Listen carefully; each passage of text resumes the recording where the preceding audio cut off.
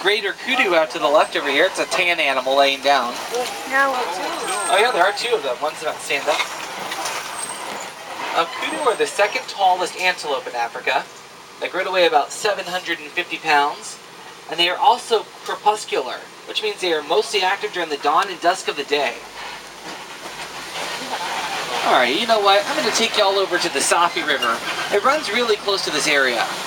Do y'all have any ideas of what kind of animals we might see as we head over that way? Well, I want you to keep your eyes peeled because there are almost always hippos. Now, if we do happen to see a hippo, it'll probably be asleep. They are nocturnal animals. They come out of the water every evening to eat about 150 pounds of vegetation.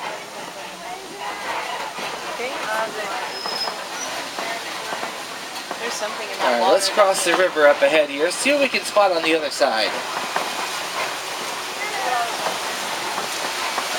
Oh yeah, there's quite a few hippos over here on the left.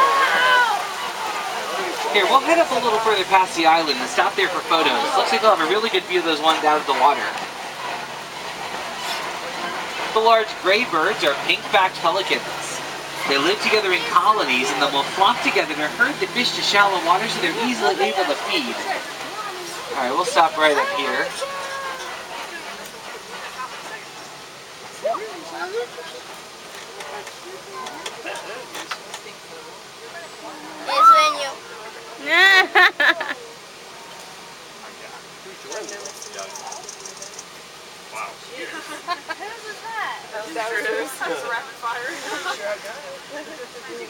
Now at birth, the hippo can weigh about 85 pounds, but fully grown, they top the scales at just over 5,000.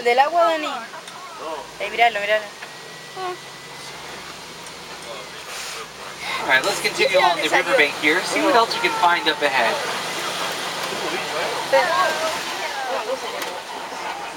Uh-oh. Looks like we are approaching a very old rickety bridge. I'm going to cross this bridge poli-poli, which means very slowly in Swahili.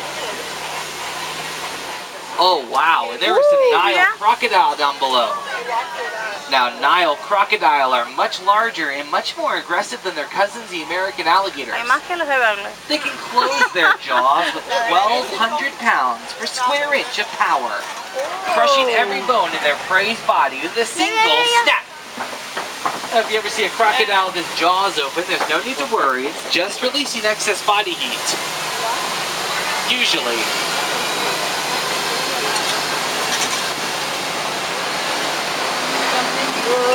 Alright, let's leave the forest now and head into the savannah.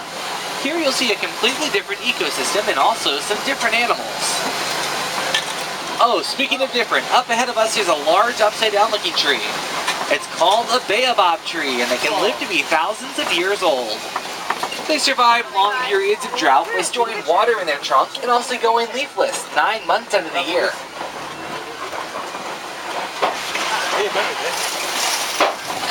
Now this is one of my favorite overlooks of the entire reserve.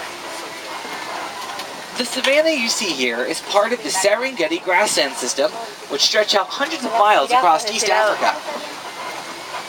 It is a superhighway for millions of migratory animals, and home to some of Africa's most famous, including the giraffe, the elephant, and also the lion.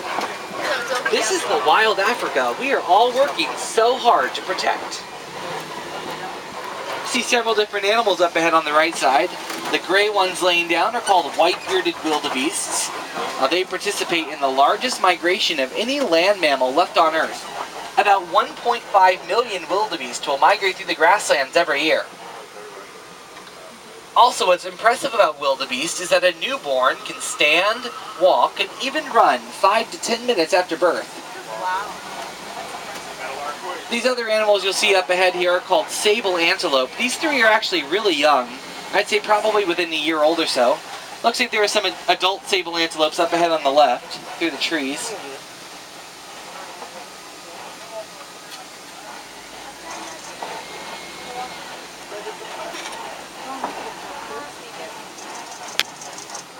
A sable antelope are considered to be one of the most aggressive of the antelope species.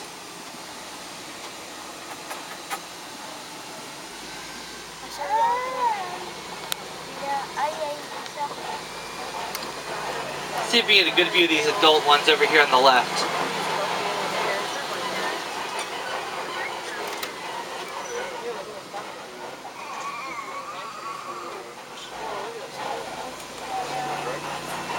The landscape of the savannah is very much created by the animals that live here.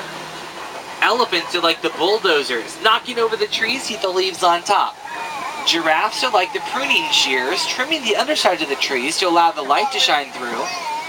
Antelope will mow over the grass to allow new sprouts to shoot up, and gazelles and warthogs trim around the edges. In a well-balanced natural system, there is enough food for everyone. I'm sure you're also starting to notice the tall cones of earth